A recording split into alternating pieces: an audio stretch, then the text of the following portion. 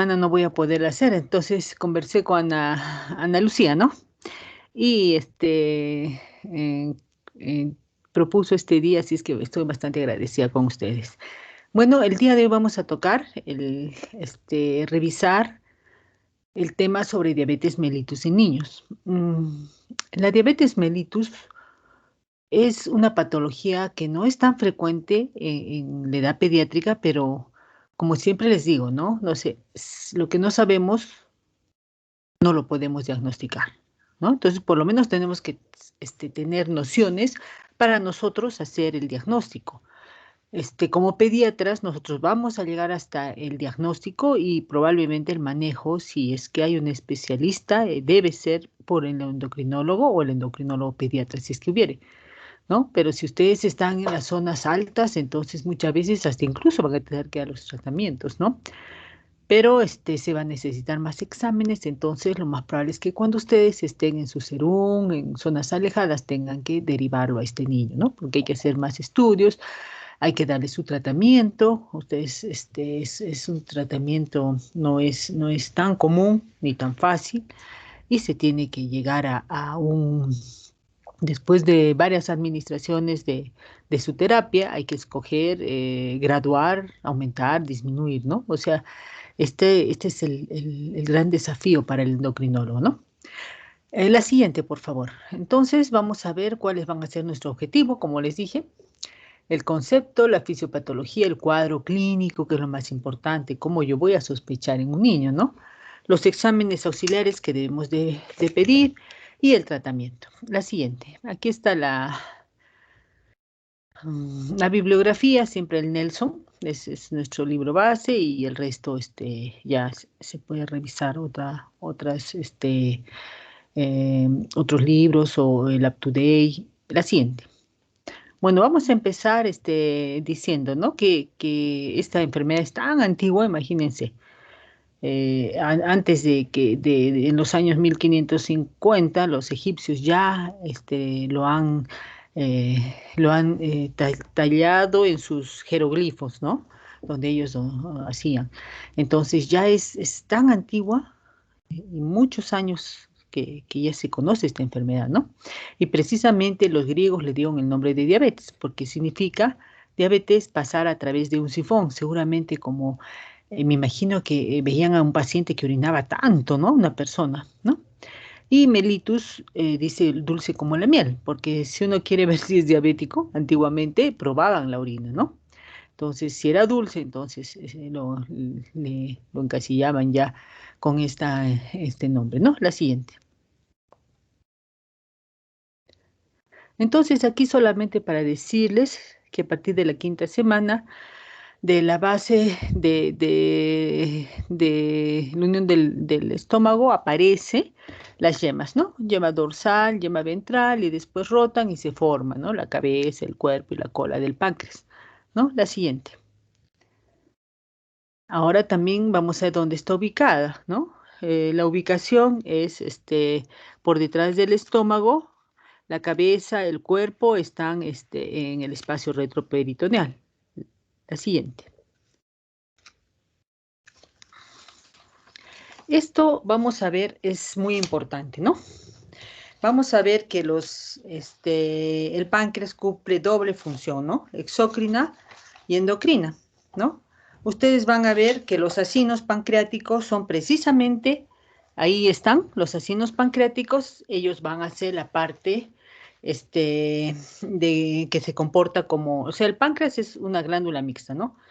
La parte exocrina es la producida por el acino. Allí se producen, recuerden, las enzimas digestivas, amilasa, lipasa, tripsina, ¿no? Todas esas enzimas para la digestión, ¿no? Y ahí tiene otra parte que está a cargo del islote de Langerhans y es la parte endocrina, ¿no? Entonces vamos a ver que los islotes de Langerhans, como ustedes están viendo ahí, está formado por varios tipos de células, como es la alfa, la beta, la delta, incluso la epsilon, ¿no? Pero las más importantes, la alfa que produce el glucagón, la beta que produce la insulina, la D, la somatostatina, ¿no? La delta.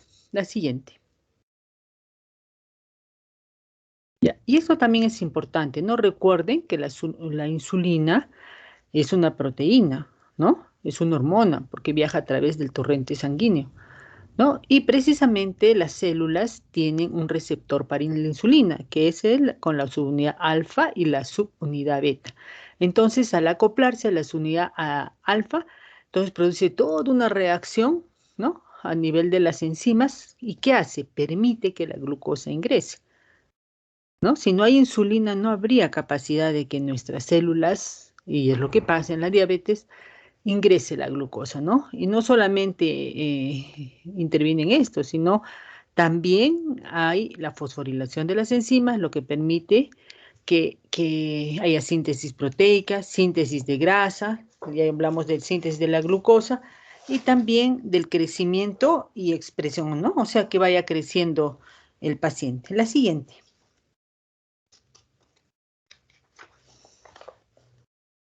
Ya, entonces vamos a ver que hay bastantes, la clasificación es extensa, ¿no? Pero nosotros en esta oportunidad vamos a tratar más sobre diabetes tipo 1, algo de diabetes tipo 2, algo de la presentación de cetoacidosis, y miren, como ustedes acá verán, es grande la clasificación, ¿no? La siguiente. Entonces vamos a ver, ¿cuál es el concepto de diabetes tipo 1, ¿no? Para empezar, es una enfermedad autoinmune crónica. ¿Qué hace? Produce una destrucción progresiva y selectiva de todas las células beta del páncreas. O sea, empiezan a destruirse, autodestruirse, ¿no? Porque es autoinmune.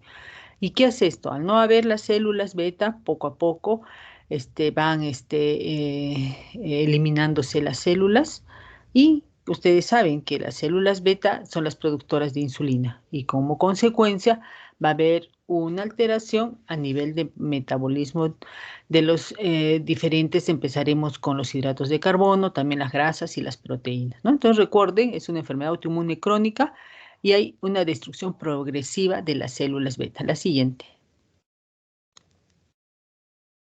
Entonces, ahora se le llama diabetes tipo 1. Esa es la nomenclatura actual.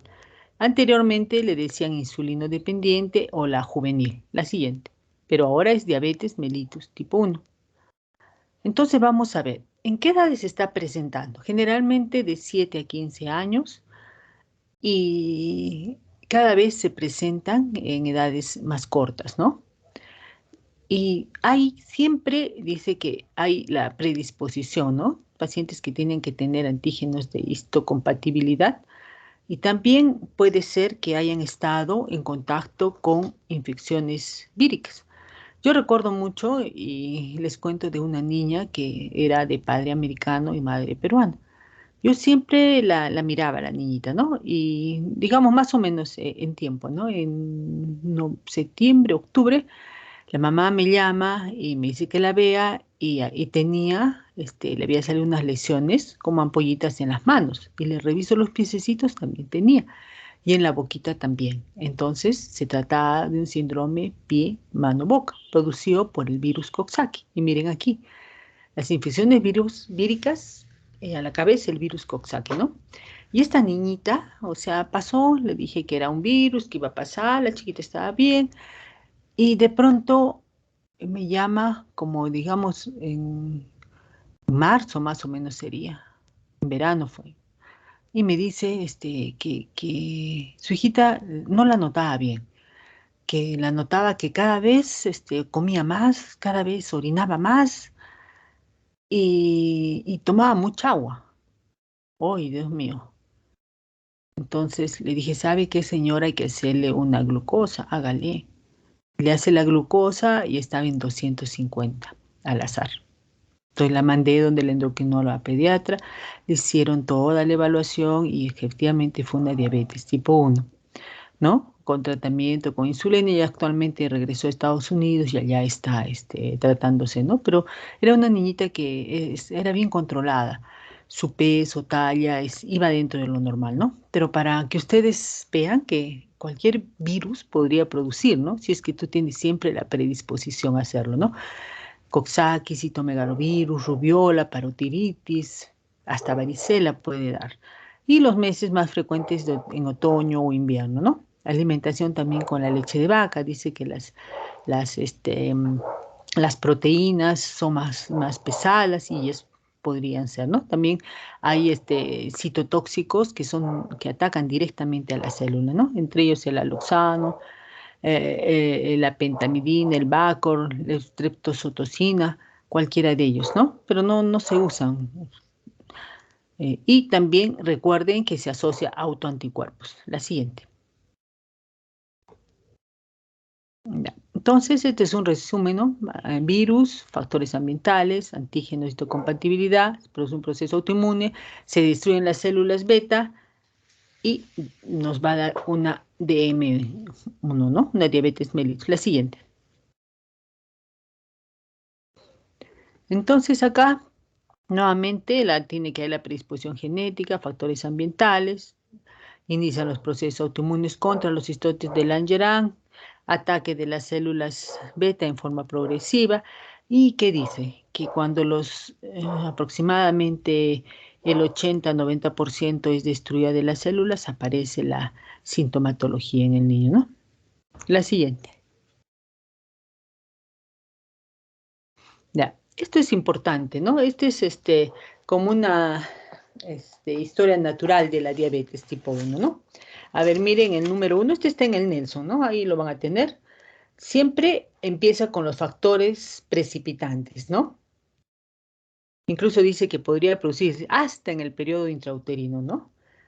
Luego, la predisposición genética, ¿no? Dice, y es cierto, ¿no? Tiene que haber la predisposición genética, porque a no todos los que les da, por ejemplo, este síndrome pie mano boca, o que han tomado leche de vaca, o que han estado en contacto con algún tóxico, les va a dar, ¿no? Tienes que tener la predisposición genética, ¿no? Y aparte, tiene que haber los precipitantes, ¿no? En el ambiente. Después se dice, ¿no? Las células beta van siendo destruidas de a poco, ¿no? Por ser una enfermedad crónica. Y también si nosotros en ese momento dosamos, vamos a ver la presencia de distintos autoanticuerpos contra las mismas células beta. Y vamos a ver que muchas veces va a haber variaciones, ¿no? De la glucosa, ¿no? Entonces, aunado a los síntomas, ¿no? El niño empieza a tener problemas, la mamá lo que más se les va a decir es que está comiendo mucho, orina mucho, y como yo tuve un niñito, a ver, terminaremos con esto. Recuerden, el péptido C es el precursor de la insulina, ¿no? Entonces, normalmente el péptido C se va a ir produciendo igual que la insulina, pero cuando empieza a disminuir o a ausentarse, quiere decir que ya no va a haber insulina, ¿no? Y entonces la masa de las células beta se van consumiendo, ¿no? A través del tiempo. Por eso es una enfermedad crónica. No es que ya le dio y recién le ha dado, ¿no? Eso se ha ido alarmando poco a poco. La siguiente. Ya. Entonces, esto es la historia natural, ¿no? Un resumen, inicio de la autoinmunidad, hay pérdida progresiva de las células beta, se inicia la enfermedad clínica, puede haber una remisión transitoria, o otra vez ya se declara la enfermedad establecida, incluso puede haber complicaciones, ¿no? En el niño todavía no vemos complicaciones porque también las complicaciones son a largo plazo, que generalmente ya lo vemos cuando está entrando, depende de cuándo empezó, en la etapa de la juventud o de la adultez, ¿no? La siguiente. Entonces vamos a ver. La diabetes mellitus, ya hemos visto, es un estado catabólico, ¿no? Progresivo, y como hay consumo de las células beta, entonces los niveles de insulina van a ir disminuyendo, ¿no? Entonces, no va a haber ingreso de la glucosa, ¿no? Y empieza, las células no va a poder ingresar la glucosa, entonces empieza a haber una hiperglucemia, ¿no? Cada vez que come. Y el hígado frente a esto empieza a producir todavía más. Como no hay reconocimiento de que la glucosa está entrando a la célula, hay glucogenólisis, gluconeogénesis y más hiperglicemia, ¿no? Y recuerden ustedes que habría una aumento de la glucosa, y eso es lo que va a producir la diuresis osmótica, ¿no es cierto? Y generalmente cuando empieza si hacemos un dosaje en ese momento y pasa de los 180 miligramos, entonces el niño empieza a presentar glucosura, ¿no? Y como es hiperosmolar la orina, en la sangre hay mayor cantidad de glucosa, entonces es hiperosmolar, entonces no solamente se lleva el agua, ¿no? Sino también calorías y electrolitos. Entonces, ¿qué resulta de todo esto, no? Que el niño primero se va a deshidratar, luego va a perder peso, ¿no es cierto? Y esto también va a hacer que haya un estrés fisiológico y empiece a secretarse las hormonas de estrés, ¿no? Adrenalina, cortisol, hormona de crecimiento, y esto va a contribuir a la descompensación metabólica, ¿no? Y eso ya vamos a ver en la cetoacidosis diabética, ¿no? La disminución de la insulina, vamos a ver, y los niveles aumentados de las hormonas contrarreguladoras van a hacer que haya una lipólisis, por tanto, aumento de lípidos, colesterol, triglicéridos y ácidos grasos en sangre. Y estos van a formar cuerpos cetónicos. Y esto sería la fisiopatología de la cetoacidosis diabética si es que no nos damos cuenta que el niño está iniciando una diabetes, ¿no? Porque generalmente vamos a ver que a veces las madres no se dan cuenta, ay, ya es comeloncito, ay, ya tiene mucha sed. Ahí está flaquito, puede ser su contextura, no se dan cuenta, ¿no? Y generalmente el debut de la diabetes mellitus tipo 1 es por cetoacidosis diabética. La siguiente. Ana Lucía, ¿hasta qué hora tenemos, por favor? Doctora, hoy día no hay clases, pero normalmente es hasta las 3:30. Ya. Entonces, vamos a ver las manifestaciones clínicas, ¿no? Recuerden, poliuria, polidipsia, polifagia y pérdida de peso, ¿no? O también a veces la mamá les dice, doctorita, doctorcito, no sé por qué mi niño se está orinando en la cama, si antes nunca lo hacía, nicturia, ¿no? Recuerden, les voy a contar, yo cuando estuve trabajando, hace muchos años en Aplao, en el hospital de Aplao, vino un niño, ¿no? Con la mamá, era su único hijito, y siempre lo cuento para que ustedes más o menos, cuando tengan un caso similar, o sea, piensen, ¿no? Este niñito más o menos tendría 8 a 9 años o 10 años, era chiquito. Y la mamá era su único hijito, y la mamá era analfabeta y ella trabajaba, se iba hacia no sé qué zonas, trabajaban a una altura de 5.000, vivían a como 5.000 metros, pero ella subía todavía un cerro y medía los vientos. A pesar de ser analfabeta, era muy inteligente, lo hacía bien, ¿no? Le habían enseñado cómo y ese era su trabajo de la señora. Entonces lo trae la mamá y me dice, solamente ella lo trae porque no lo veía crecer y no lo veía engordar, ¿no? Entonces me dice, doctorita, no sé qué pasa con este chiquito. Mire usted cómo está flaco y come, no sabe usted cuánto. Uy, a mí se me prendió el foquito, no come. Y decía la mamá, pues, y le pregunto, ¿y toma agua? Sí, doctorita, toma agua, como no ¿y orina? Sí, orina. He hecho el diagnóstico, ¿no? Miren, por eso siempre cuando hacemos los casos clínicos les digo, no se olviden de las funciones biológicas. No se olviden, les voy a contar cuando hagamos nos falta un poquito más para hacer cetoacidosis, les voy a contar el caso de una niñita, ¿no? Las funciones biológicas, recuerden, no se olviden, a veces por hacer rápido la historia, cuando sean internitos, ustedes están, ay, que tenemos un montón de pacientes que tenemos que avanzar, pero hay que avanzar bien, recuerden, siempre las funciones biológicas, nada más que necesitan las funciones biológicas, ¿no? Apetito, sed, orinas, ¿no? Imagínense, ahí sale el diagnóstico, pero si ustedes se las pasan, de repente el chiquito también vino por tos, ¿no? Porque nunca viene pues nada solito, ¿no?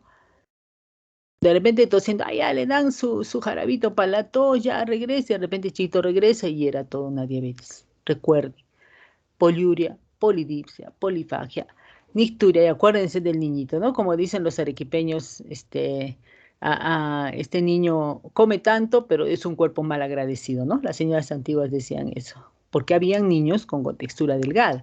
Pero tú les preguntabas, ¿orina? No. Sí, yo siempre les pregunto, ¿orina? Sí, orina normal. ¿Toma mucho agua? Sí, toma. Y hay otros que sí, la mamá dice, ay, toma agua, doctora. Y orina, no, no orina mucho. Y come tampoco. Entonces, hay que hacer unidad. Pero si ustedes tienen duda, pidan su examen de laboratorio, ¿no? La siguiente. Ya, entonces, esto es importante que se lo aprendan, ¿no? Este también está en el Nelson. Entonces, vamos a ver los criterios para la diabetes mellitus, ¿no? Síntomas de diabetes mellitus, ya hemos visto. Abajito está con el asterisco, poliuria, polidipsia, pérdida de peso inexplicable, ¿no? Y podría ser con glucosuria y cetonuria si es que ustedes tienen un análisis, pero basta con los tres de las funciones biológicas, vamos a poder hacer un diagnóstico. Entonces, si este niño viene, si te les dice así, lo primero que tenían que hacer que es tomar una glicemia, ¿no? Pueden tomarla al azar, pueden hacer glucosa en ayunas o pueden hacerle la prueba de tolerancia a la glucosa. Entonces, si tú estás en emergencia y te viene un niño como el que me vino y yo pensé en eso, le pedí al azar. No esperé 12 horas, ¿no? El ayuno es, en los niñitos a veces son 8 horas más o menos, ¿no? Se les deja en ayunas. Y sale más de 200, entonces ustedes ya están haciendo el diagnóstico. Pero si hacen, le dicen que no coman nada en la noche, al día siguiente lo traen ayunas y es más de 126, entonces ya el diagnóstico. O si le hacen la prueba de tolerancia a la glucosa, que le dan glucosa y esperan y el laboratorio le hace extracción de sangre seriada y es más de 200, entonces ustedes están haciendo el diagnóstico de diabetes mellitus. Recuerden, con la prueba de tolerancia a la glucosa y al azar, más de 200, ¿no? Pero en ayunas, más de 126, ¿ya? La siguiente. Entonces, recuerden, nosotros cuando tengamos un niñito con esta alta sospecha, tenemos que pedir glicemia, ¿no es cierto? Entonces va a haber hiperglicemia y ser hiperglicemia va a ser glucosuria, ¿no? Si nosotros probáramos la orina del niño, sería dulce, ¿no? Como lo hacían los antiguos, porque ellos hacían eso, ¿no? Y también podría haber cuerpos cetónicos, ¿no? Depende si hubiera cetoacidosis diabética. Y si nosotros pedimos este péptido C, ya les he dicho que es el precursor de la insulina, va a tener que estar disminuido, ¿no es cierto? Y también si es que hay la posibilidad de pedir marcadores autoinmunitarios también y pedir una hemoglobina glicosilada. La siguiente. Entonces, ¿cuál es el objetivo del tratamiento? Hacer más o menos acercarse, ¿no? A los niveles de glucosa. Recuerden que nosotros comemos y la glucosa sube y también va a eliminarse más insulina y es así, ¿no? Cuando estamos en reposo es algo fisiológico, se va secretando menos cantidad, exactamente igual. Tenemos que tratar, ¿no? Porque el problema de la hiperglicemia es lo que va a dañar al futuro, ¿no? Ustedes ven que son niños que pueden tener alteraciones renales, han visto, ¿no? Muchos diabéticos candidatos a la diálisis, luego al recambio de riñón, ¿no? O que tienen problemas vasculares, que tienen retinopatía diabética, ¿no? O sea, entonces hay que tratar de que la glucosa, ese es el objetivo, ¿no? Para evitar las complicaciones al futuro o también para que no nos vaya a entrar en una cetoacidosis diabética, ¿no? Entonces recuerden, en ayunas, lo que deberíamos más o menos oscilar es entre 70 y 140. 2 horas después de comer, entre 90 y 180, ¿no? Al acostarse entre 120 y 60 y en la noche entre 80 y 160, ¿no? Y si le hacemos control de hemoglobina glicosilada, debe mantenerse en menos de 7,5, ¿no? La siguiente.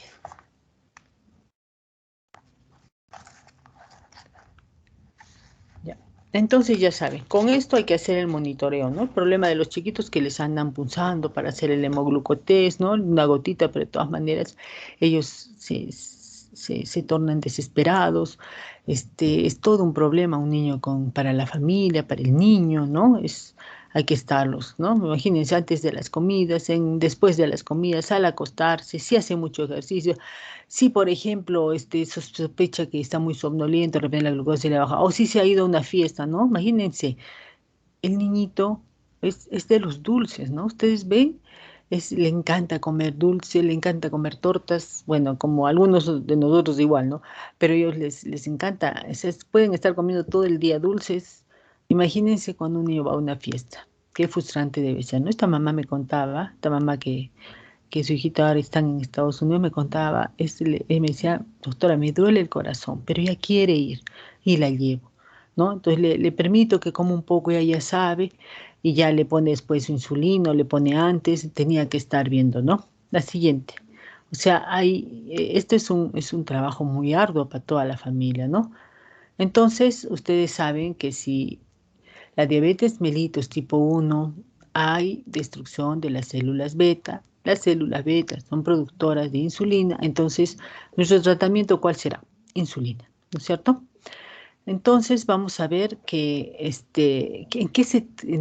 qué trata la insulina, ¿no? Como les dije, remediar la secreción, ¿no? Fisiológica de la insulina y con múltiples dosis de insulina, ¿no? Para eso existen los análogos de acción rápida y retardada, ¿no? O también a veces es el ISI, infusión subcutánea continua de insulina, ¿no? Son como especies de mini computadoras que incluso no las tenemos acá, pero en Estados Unidos hay, ¿no? Y se las colocan y es como que gradúa, toma la sangre y pone la insulina, disminuye, ¿no? Pero eso no se tiene acá. Entonces, las necesidades basales, ¿con qué será? Con los análogos de acción prolongada, ¿no es cierto?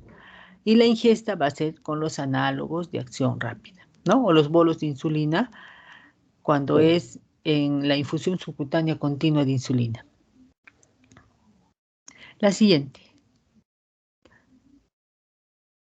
Ya. Entonces vamos a ver, ¿no? Miren, los análogos de acción rápida van a ser tres: lispro, aspartico y la glulicina. No son los que se aprueba para los niños. Y los de acción prolongada, la glargina y el detemir. A ver, para los análogos de acción rápida, a ver acá, miren, el inicio de acción es rápida. Casi todos es de 15 a 20 minutos, en el otro de 10 a 15, ¿no? Casi un promedio de 15 minutos. El máximo efecto es a media a hora y media. Y la duración es corta, por eso es de acción rápida, 3 a 4 horas. En cambio, vean acá, acción prolongada. La argina de Temir, su inicio es más lento, ¿no? 90 minutos. Es poco pico, ¿no? Es casi para que haga un basal, ¿no? Y la duración, miren, es casi de 22 a 20, 24 horas. La siguiente. Entonces vamos a ver que los análogos de acción rápida que están disponibles, el lispro, aspartic y glucina, ¿no? Y hemos visto la acción, el inicio de la acción es de 15 a 20 minutos, nuevamente la duración es de 3 horas, ¿no? Y debe administrarse 15 a 20 minutos antes de la ingesta. Lispro está autorizada para todas las edades, aspartica mayores de 2 años y glucina mayores de 6 años. La siguiente. Los de acción prolongada. Los que están autorizados de Temir y Glargina, ¿no? Y se administran siempre por vía subcutánea. Recuerden, la única que se puede poner endovenosa es la cristalina. Eso se hace sobre todo para las infusiones cuando hay cetoacidosis diabética, el niño viene descompensado, entonces es la insulina cristalina, ¿no? Entonces, y hemos visto que esta no tiene pico, que es como un basal, ¿no? Y generalmente se administra una vez al día, rara vez 2 veces al día, ¿no? La siguiente. ¿Cuáles son los requerimientos de insulina? Va a depender de muchos factores, ¿no? Cuánto de residual queda de las células betas, de la sensibilidad de la insulina, del peso del niño, de la edad, del estado puberal, en qué fase está la diabetes, ¿no? Si está iniciando, ya es crónica, el lugar de la inyección, los ejercicios, si tuvo enfermedades intercurrentes. O sea, tratar a un niño con diabetes es todo un reto para el endocrinólogo pediatra o el endocrinólogo, ¿no? Tiene que llegar a tratar de acercarse a la dosis óptima, ¿no? La siguiente. Entonces, aproximadamente, ¿no? Las dosis de insulina es 0,7 a 0,9 unidades por kilo por día en los niños pequeñitos. En los niños que ya están alcanzando la pubertad es 1,2 a 1,5, ¿no? Después de la pubertad otra vez cae de 0,65 a 0,8 unidades por kilo por día. La siguiente. ¿Cómo se hace la distribución? Entonces hay que dar de las dos, ¿no es cierto? Se administra como para mantener sal, son las análogos de acción prolongada. Y para lo preprandial tendríamos que usar los análogos de acción rápida. Más o menos la relación de los requerimientos de insulina basal oscilan entre 30 y 40% de la dosis total en los niños pequeños y un poquito más de 40 a 50% en los pobres. Esa es la insulina de acción prolongada o para los requerimientos de insulina basal. La siguiente. Esto de la infusión subcutánea continua de insulina son bombas especiales, ¿no? Que permiten infundir la insulina de forma continua en el celular subcutáneo. Es como una remedar la secreción fisiológica, ¿no? Del páncreas, cubriendo las necesidades de insulina de la forma más fisiológica que se pueda. Y así mejorar mucho el control de la glucemia, ¿no? Y también con esto se disminuye el riesgo de las hipoglicemias, de la cetoacidosis diabética, de los requerimientos, ¿no? Es mucho mejor. La siguiente. Ya. Recuerden, igual que todos los niños, los requerimientos calóricos hay que calcularlos. Esto es lo que está en el Nelson, las necesidades calóricas, pero yo cuando hemos hecho la clase en Pediatría 1, hemos hecho los requerimientos calóricos. Les he dado varias tablas, así es que ustedes de ahí pueden sacar. No, acá está en forma general, de 0 a 12 meses, de 1 a 10 años, pero ustedes pueden sacar, ¿se acuerdan? Tenemos varias tablas, ¿no? Una es la de la Academia Americana de Pediatría, que tiene toma el grado de actividad del niño, ¿no? Toma su peso, su talla, entonces es bien certera. También tenemos las tablas del Ministerio de Salud, tenemos por superficie corporal o por kilos, ¿no? Ustedes deciden. Pero pues están ustedes en la posibilidad de hacer un cálculo de los requerimientos nutricionales del niño, ¿no? La siguiente. Y de ese total, como vimos, también les enseñé a hacer la distribución calórica, ¿no? Aquí exactamente igual lo pone, ¿no? Esto también es del Nelson. Hidratos de carbono, 55%, grasas, 30% y proteínas, 15%, ¿no? Se ha sumado el 100%. O sea, ya les enseñé también a hacer la distribución. Y la ingesta calórica total se debe dividir en 5 o 6 veces, ¿no? Desayuno, comida y cena. Más o menos en ellos la mayor cantidad, 20 y en la noche 30. O sea, a media mañana 10%, a media tarde 10% y en la noche a veces 10%, ¿no? Se hace la distribución. Pero recuerden que los pacientes con diabetes mellitus siempre tienen que ser evaluados pues, por un equipo multidisciplinario, ¿no? Empieza el pediatra, que es el que va a reconocer, sigue el endocrinólogo o endocrinólogo pediatra, sigue la nutricionista, ¿no? Que va a ayudar, el psicólogo, ¿no? Los profesores que tienen que ayudar cuando el niño vaya a la casa, al colegio. Hay que enseñarles, ¿no? Muchas veces cómo de colocarse la insulina. Entonces, o sea, es todo un equipo multidisciplinario, ¿no? Y sobre todo los psicólogos, porque son niños que de todas maneras se sienten menos, se sienten enfermos, ¿no? Los tienen que estar clavando, ellos ya no quieren. Ya les voy a contar en la siguiente, a ver. Ya, entonces, miren, esto, para un buen tratamiento de la diabetes no solo es la insulina, no es todo. Debe tener una dieta adecuada y ejercicio, ¿no? Es lo que más se recomienda en los niños. Y este chiquito que les conté, que la mamá trabajaba en Aplao, a 5.000 metros de altura, en las alturas de Chuquibamba, por ahí venía la señora, o de Castilla o de la Unión, pero en las alturas era, ¿no? Más de 5.000 metros. Este niñito, o sea, me acuerdo que lo enviamos, lo vio el endocrinólogo aquí en Arequipa, lo regresó, lo mandó con insulina, y la mamá, en una oportunidad bajó y no lo vi con el niñito, ¿no? Le digo, señor, ¿y qué pasó con su bebé? ¿Dónde está su niño? ¿Dónde lo ha dejado? Ay, doctorita, se puso a llorar. Ay, Dios Dios mío, dije, ¿qué pasó con el niño? El niño, por eso es el apoyo psicológico y psiquiátrico, ¿no? Es tan importante. Este chiquito le decía a la mamá, mamá, quiero morirme, ya no quiero estar así, yo no quiero que me claves, yo no quiero que me clavas cada rato, no, ya no. Y la mamá había ido, como les dije, trabajaba a 5.000 metros de altura y la mamita estaba trabajando, ¿no? Y caminaba 3 horas para llegar a esa zona. 3 horas de ida, 3 horas de venir. Entonces le venció la noche, se tuvo que quedar, tenía ahí su pequeña casita, ¿no? Se quedó ahí y ella regresó y al día siguiente que regresa, como al mediodía lo encuentra muerto a su niñito, ¿no? O sea, seguramente no se puso la insulina, ¿qué haría el niño? Pero se murió, ¿no? O sea, imagínense, es terrible, ¿no? O sea, tiene que haber mucho apoyo psicológico, mucho apoyo, ¿no? Imagínense el niñito en las alturas, solito, se sentía era hijito único, no tenía papá, imagínense cómo se sentía la pobre criatura, ¿no? La siguiente. Ahora vamos a hablar un poquito de cetoacidosis diabética. Yo les voy a contar un caso clínico también de cetoacidosis diabética.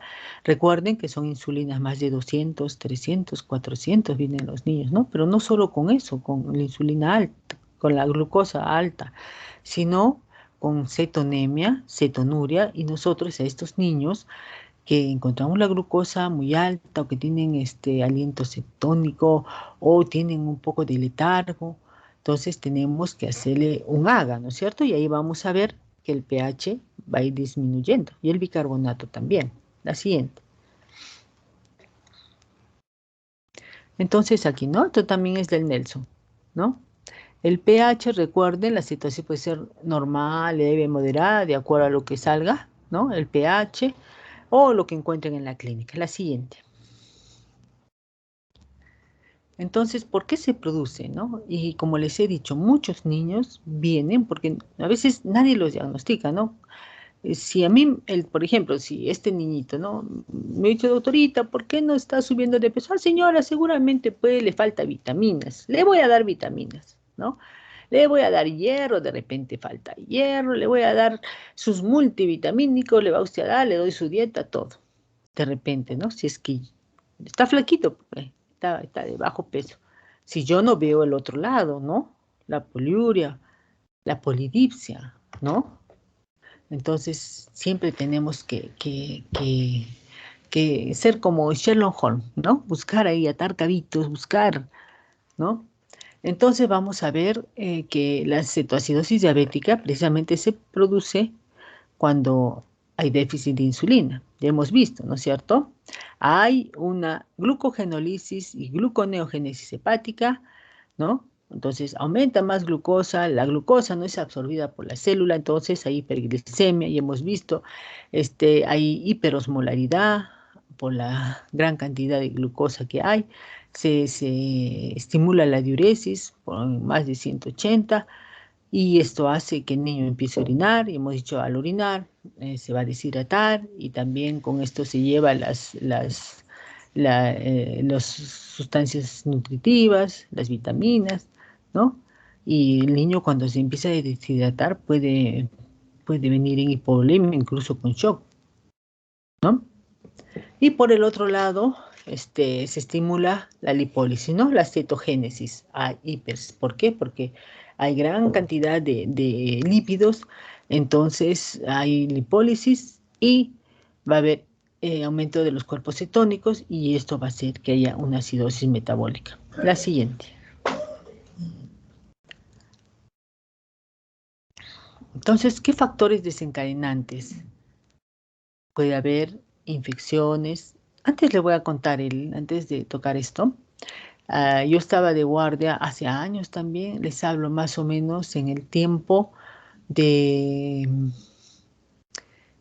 ¿cuántos años? Cuando, imagínense, la emergencia del Hospital Goyeneche, ahora es en la calle Pau Carpata, como ustedes han visto, antes era por la avenida Goyeneche, ¿no? Era chiquitita. Y me acuerdo mucho que había cantidad de pacientes y en ese tiempo no teníamos residentes, solo internos. Y habíamos visto cantidad, todo el día como 60 pacientes con el interno. había un interno y yo, y vimos, y nosotros salíamos ya a las 7, ¿no? Y vino como a las 6, me acuerdo mucho. Y el interno le hacía la historia, todo, y me dice, doctora, esta chiquita está vomitando. Está vomitando, sí. Y dice que le duele la barriguita, pero ¿cuál es el antecedente? Más o menos hace una semana le daba amigdalitis, le han estado dando amoxicilina, ¿no? Y después empezó a vomitar y le duele la barriga. Ah, ya, pues, bueno, pues está vomitando, pongámosle su vía, pongámosle destroza, ¿no? Lo vamos a pasar a hospitalización porque observación estaba lleno, ya pues mientras se hidrata puede ser, a ver, puede ser que está haciendo gastritis por la amoxicilina o de repente pues está haciendo infección urinaria, puede ser, o también de repente está en tiempo de primavera donde de hepatitis puede ser una hepatitis, ¿no? O ha comido algo de eso será. Ya, la hospitalizamos con eso. Y después vengo de 2 días, creo, de la guardia y le pregunto al interno, ¿y qué es de niño? Ay, doctora, si usted supiera, ¿qué pasó? Le digo, ¿sabe qué? Pasaron visita en la noche, a nosotros no fuimos, ¿no? Y dijeron que sí, igual, pero mi compañero a medianoche la iba a ver y la chiquita seguía deshidratada. ¿Cómo va a seguir deshidratada si le estamos poniendo la dextrosa? No, seguía deshidratada. Entonces, algo que a él se le prendió el foquito, le dijo, y señora, y la niña está orinando mucho. Sí, doctorcito, orina harto. Y come mucho. Uy, come mucho, doctorcito. Y toma mucha agua. Sí, toma mucha agua. Polidipsia, polifagia y poliuria. Imagínense, todo eso tenía la niña y nadie le preguntó, me incluyo en emergencia, porque estábamos con cantidad de pacientes y no se nos ocurrió. ¿Se dan cuenta? Si nos pasamos las funciones biológicas, a eso voy, que ahí podríamos hacer el diagnóstico. Si alguno de nosotros hubiera preguntado, es que había tanta paciente, estábamos ya creo recontra cansados, ya como 70 pacientes, hace años les hablo, hace pues unos 15 años más o menos. Y, y me acuerdo que esta chiquita era hija única, la mamá estaba en Francia trabajando, la dejó a cargo de los abuelitos y la niñita pues estaba a cargo de ellos. Y miren, ¿no? Así es como se hizo el diagnóstico y le tomaron inmediatamente y la glucosa pues estaba creo en 300, ya se le cambió, ¿no? Y vamos a ver el tratamiento inicial de la cetoacidosis diabética. Entonces, miren, factores de infecciones, puede ser la faringoamigdalitis, podría ser, no sabemos. Recuerden que esto es crónico, ¿no? No es que ayer le ha dado, ¿no? Sino eso poquito a poquito se han ido destruyendo las células de traumatismos, dice cirugía, estados de shock, conflictos emocionales. La niña no estaba con su mamá. Drogas, ¿no? Corticoides, hay que tener cuidado con los corticoides, ¿no? O que no le hayan colocado la adecuada cantidad de insulina, ¿no? La siguiente. La vamos a ver los manifestaciones clínicas, ¿no? Entonces, ¿cuáles son? Polidipsia, poliuria, polifagia, pérdida de peso, ¿no? Después vamos a ver que el niño, de repente, miren, todo esto ni siquiera lo preguntamos nosotros. Son las funciones biológicas, ¿no? Cefalea, pueden tener bien dolor abdominal, como les cuento la niñita, ¿no? Venían con dolor abdominal, con náuseas, vómitos, debilidad, ¿no? Deshidratada, estaba deshidratada, no tenía respiración de Kussmaul, porque también no se nos hubiera ocurrido buscar, ¿no? Si no habíamos pensado en eso. Olor afrutado, ¿no? Y pueden haber alteraciones cognitivas, incluso llegar al coma. Recuerden que tenemos siempre que preguntar las funciones biológicas. La siguiente. Porque si no preguntamos, nos podemos imaginar cualquier cosa y ni siquiera nos vamos a acercar al probable diagnóstico. Entonces, lo primero que deberíamos pedir es una glicemia, ¿no es cierto? Si la glicemia está alta, ya hicimos el diagnóstico, ¿no? Debemos pedir electrolitos, un AGA, hemoglobina glicosilada, ureas, cetonas, incluso un EKG, ¿no? Este, ¿Qué podríamos encontrar? Que haya hiponatremia, puede haber hipopotasemia o hiperpotasemia, hipofosfatemia, acidosis metabólica, hiperosmolaridad, ¿no? Lo que siempre va a haber de cajón es acidosis metabólica, por la hiperosmolaridad, hiponatremia, puede haber hipopotasemia o hiperpotasemia, de acuerdo al periodo que lo encontremos al niño, ¿no? La siguiente. Entonces, este es un poquito. ¿no? Porque cetosis diabética en realidad es tema de pediatría 3, pero es importante porque es el debut de los niños de diabetes mellitus generalmente, ¿no? Entonces, ¿qué debemos? ¿Le pondríamos dextrosa como nosotros hicimos? Porque no sabíamos. No, tenemos que ponerle cloruro de sodio al 0,9%. Incluso, como están deshidratados, tenemos que ponerle en bolo, de 10 a 20 centímetros por kilo, ¿no? Y también que si le falta insulina, pondremos infusión de insulina, ¿no es cierto? Y en la segunda hora bajamos, ya no a 0,9, sino al 0,45. Es que como que diluimos el cloruro de sodio al medio, ¿no? Y ahí le tenemos que poner potasio, ¿no? 40 mil equivalentes por litro, ¿no? Y si el niño ya está bajando la glucosa a menos de 250, podemos ponerle dextrosa al 5%, ¿no?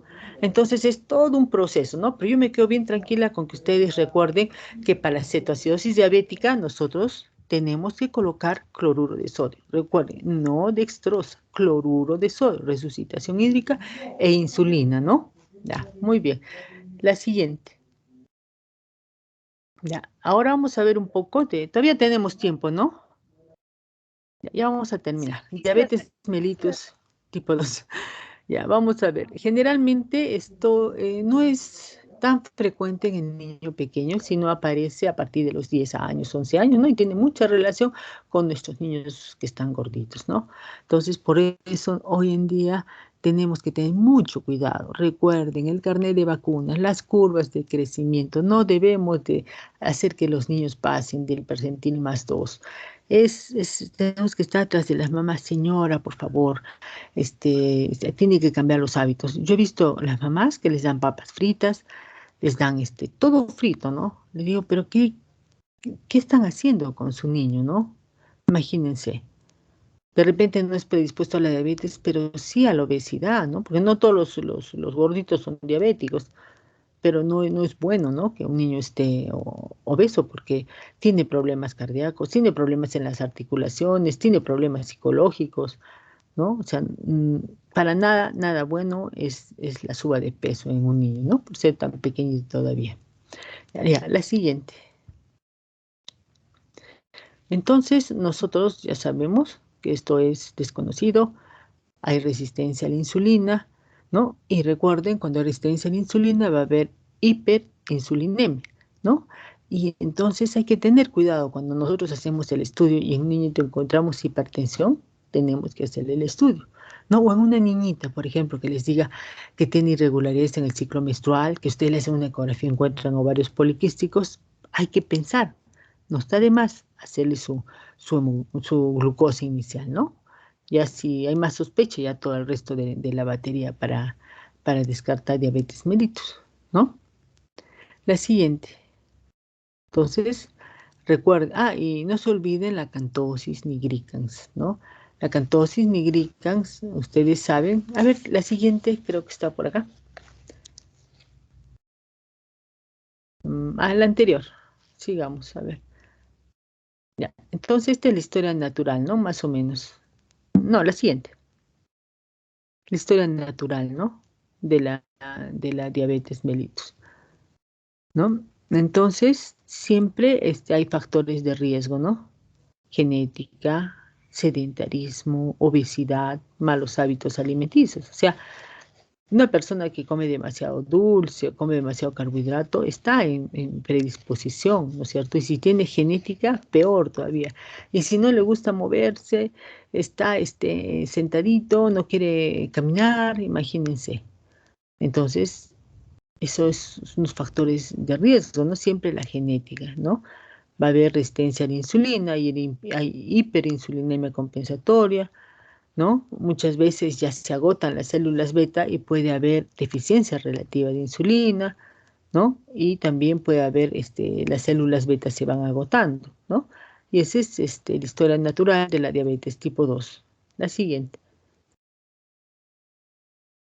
Nosotros tenemos que tener mucho cuidado con los niñitos que les diagnostiquemos los percentiles por encima de más 2, ¿no? Tenemos que ya desde que lo diagnosticamos conversar con la mamá, modificar los hábitos alimenticios, no vamos a esperar, ¿no?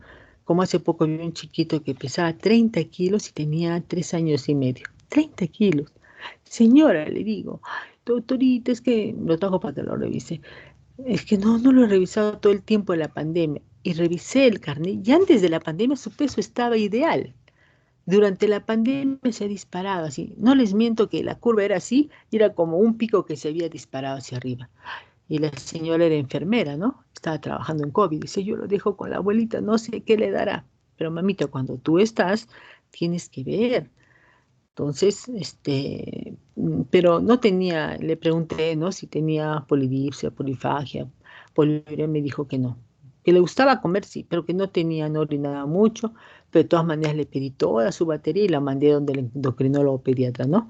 Para que le haga toda su estudio y también y a la nutricionista también, porque tienen que hacer una dieta especial. Imagínense, 30 kilos. Recuerden, a los niños no les hacemos bajar de peso, solamente los mantenemos. Ellos crecen, ¿no? No va a haber un adulto que pese 30 kilos, ¿no es cierto? O sea, si se mantienen 30 y sigue creciendo, y se mantienen 30 y sigue creciendo, y sigue creciendo, va a entrar en algún momento a su curva normal. Por eso que nosotros tenemos que estar atentos. Para eso son las curvas de crecimiento.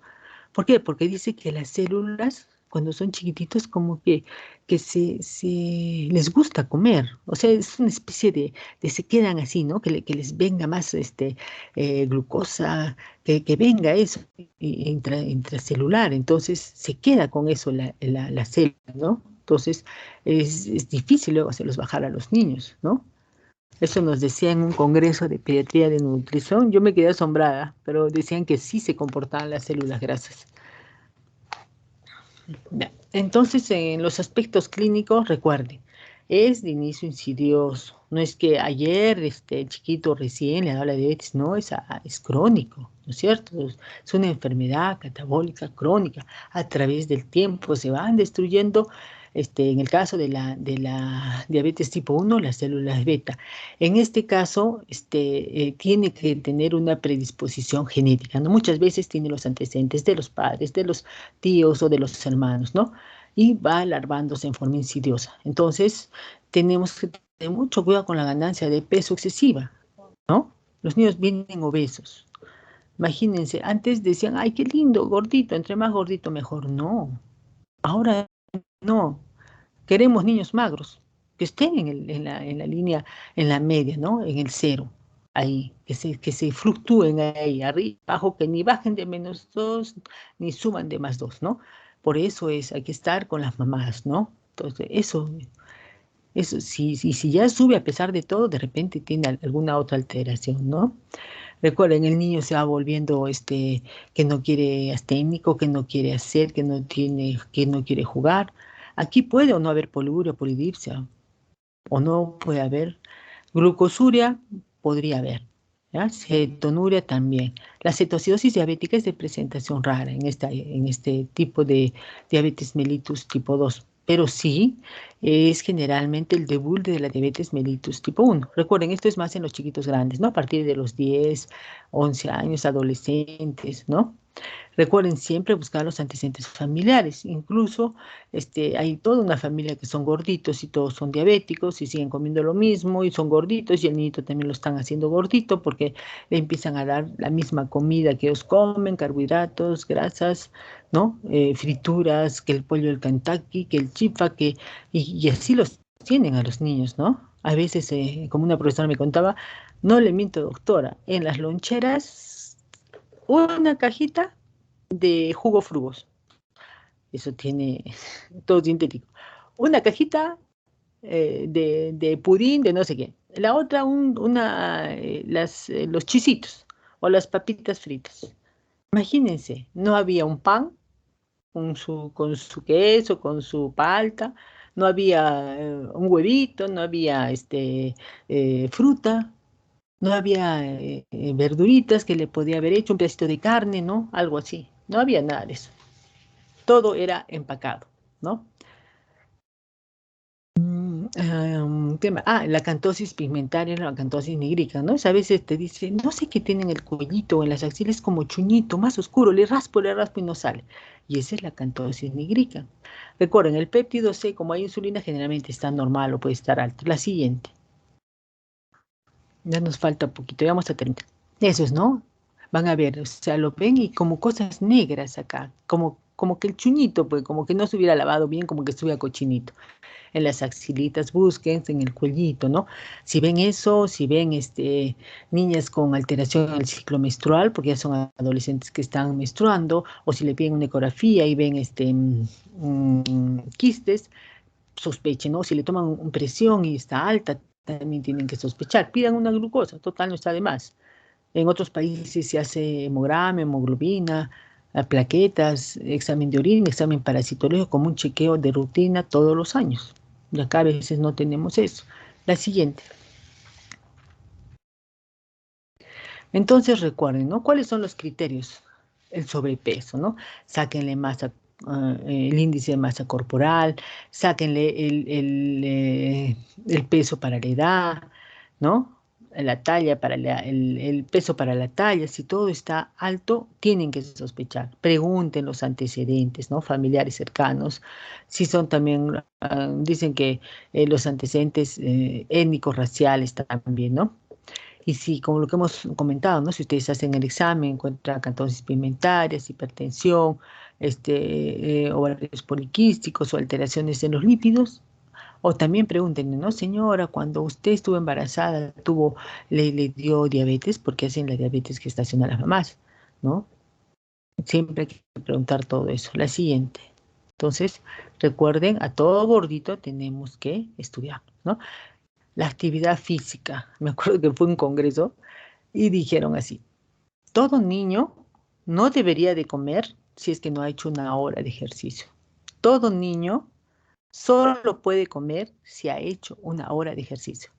Me acuerdo en un congreso de nutrición, yo me quedé así, ¡plac! Ahora, si los niños están los pobres no les miento, ¿ah? Están en la pandemia y los niños pues, han sido los más perjudicados, no los han dejado salir en ningún momento, ¿no? A los chiquitos. Ahora, pocos son los que salen, las mamás tienen miedo, como no tienen vacunas, peor, ¿no? La mayor cantidad de mamás tienen miedo, salen pocos los niños. Y nosotros no solamente es que la actividad física disminuye porque les prenden el televisor, les dan la tablet, no solo eso, chicos, nosotros antenoche estuve de guardia, no les miento, 5 chicos con intento de suicidio. Tenemos ahí, grandes.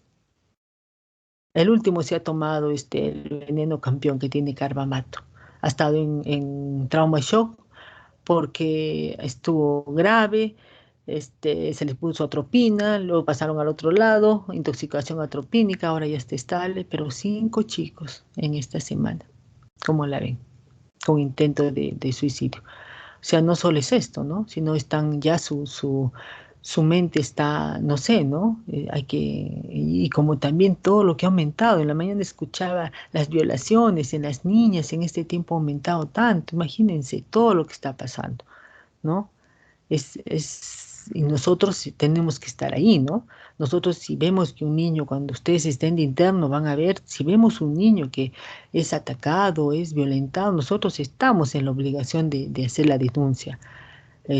Conversaremos con la asistente social, si hay la sospecha, viene la fiscalía, indaga, ¿no? Si indaga y no hay nadie, enhorabuena, pero si indaga y hemos encontrado muchas cosas, muchas cosas detrás de las niñas que se quieren suicidar, algo hay.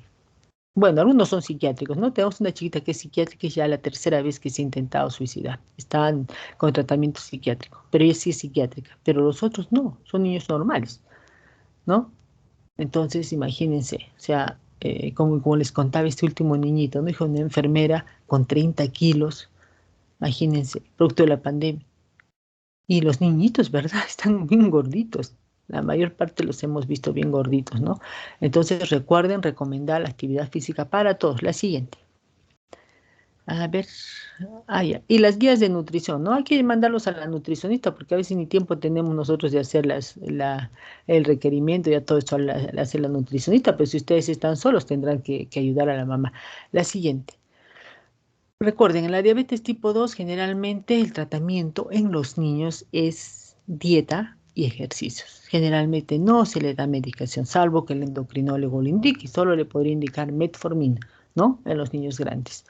Pero después no se les da, no se les da. trata lo más que pueda de nutrición y que como ellos ya no van a crecer, generalmente son adolescentes, ya han llegado, les falta poco para llegar a su talla, entonces es un problema, ¿no? Tenemos chiquitos de 90 kilos a veces, el otro día 99, chiquito de 13 años, ocupaba una cama ahí en el lado de escolares, parecía un adulto el chiquito, imagínense. Llevaba 99, casi 100 kilos, 13 años. ¿Dónde estaban los padres? ¿Dónde estaba el pediatra? ¿Dónde estaba el médico? Bueno, con esto hemos terminado. Siempre quiero sensibilizarlos, que siempre revisen, estudien y apliquemos nuestra teoría a la práctica, ¿no? Y siempre no se olviden, si queremos hacer el diagnóstico de diabetes mellitus, tenemos que hacer, ¿qué? ¿Qué tenemos que hacer? A ver, Alexander, que estás ahí. ¿Estás, Alexander?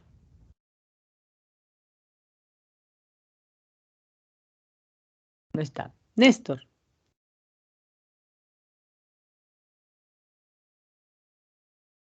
Néstor, no está tampoco. Ana Lucía, a ver tú. Néstor. A ver, Néstor, ya, prendiste el micrófono. ¿Qué tenemos que preguntar? Los signos de diabetes. Si come mucho, toma mucha agua, se orina. Exacto, las funciones biológicas. Me quedo bien contenta con que siempre se acuerden de eso. Es la única forma que podemos diagnosticar una diabetes. No va a haber otra forma. Porque la mamá no te va a decir el diagnóstico si es que tú no le preguntas eso, ¿no? Recuérdense el niño que vino por emergencia, ingresó la niña, ¿no?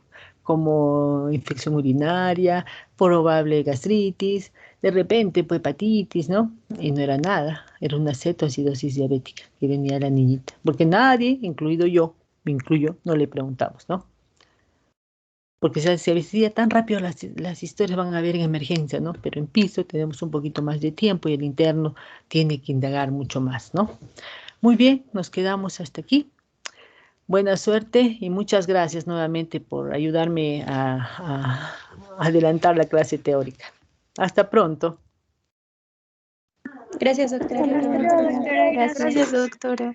Adiós, Doctor. nos vemos. Adiós.